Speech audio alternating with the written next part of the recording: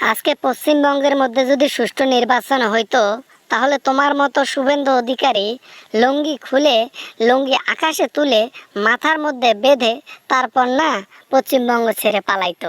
কিন্তু সেটা তো হবে না, কারণ আমার আব্বা ওখানে দুর্নীতি করবে, এটা স্বাভাবিক। কারণ এই টেকনিকের পেছনে আমাদের হাসিনা ম্যাডামেরও কিছু অনুদান আছে। ওনার সাজেশনে কিছুটা আমরা এগিয়ে গিয়েছি নির্বাচনে। ধুর বেটা, ভাবির নাম কোনোদিনও মুখে বলে? হ্যাঁ, তোদের তোদের ভাবি হয় না বেটা? তুই কি বলিস এগুলা? শুভেন্দু অধিকারী, মমতা ব্যানার্জির সাথে সত্যিকার অর্থে যদি নির্বাচন হয়, তোমরা হেরে যাবা পানির মতো। সেটাও আমরাও জানি, কিন্তু আমাদেরকে হারানো এত সহজ নয়। এটা বিজেপি, বিজেপি, ঠিক আছে?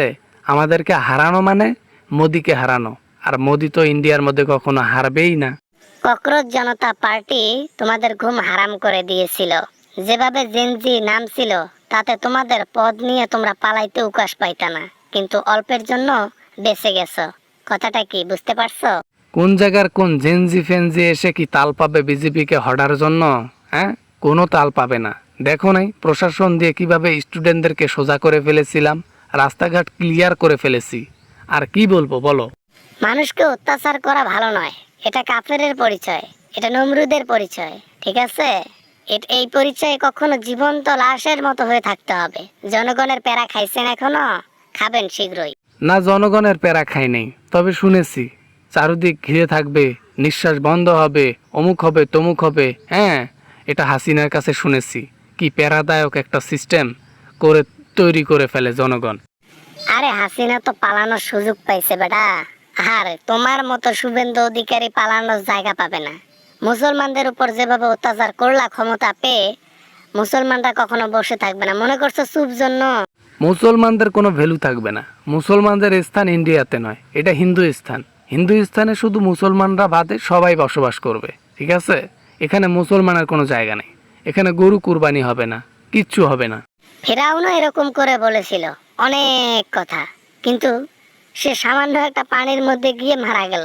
হ্যাঁ, ব্যাপারটা কেমন না? এরকম করে বড়াই করিয়েন না। আপনাদের মৃত্যু এমন ভাবে লেখা আছে, সেটা কল্পনার বাইরে। না মানে আর কি, দেখেন দেখেন দেখেন, বেশি টেনশন দিয়েন না, বেশি প্যারা দিয়েন না। এই বেশি প্যারা কিন্তু ভালো লাগে না, বুঝছেন ভাই? আপনি আপনি আপনি ফোন রেখে দেন তো, ফোন রেখে দেন তো, তাফালিঙ্গিরি। বেড়া, তোর সাথে কথা বলার কোনো ন্যূনতম রুচি আছে আমার? তবে এইটা মনে রাখ, একদিন এই জনগণই তোদেরকে তুলছে, জনগণই তোদেরকে নামাবে, আর সেদিন একেবারে টনটনা হয়ে যাবি বিজেপি আর তোরা। হ্যালো গাইস, আশা করি ভিডিওটা অনেক ভালো লেগেছে অ্যান্ড অনেক এনজয় করেছেন। যদি ভালো লেগে থাকে তাহলে অবশ্যই একটা লাইক করবেন, আর বন্ধুদের সাথে শেয়ার করতে ভুলবেন না। আর একটা শেষ কথা বলতেছি, বিনোদনকে সবাই বিনোদনের চোখেই দেখবেন, কেউ সিরিয়াসলি নেবেন না, জাস্ট চিল ফানিভাবে নেন। হ্যাঁ, বাই।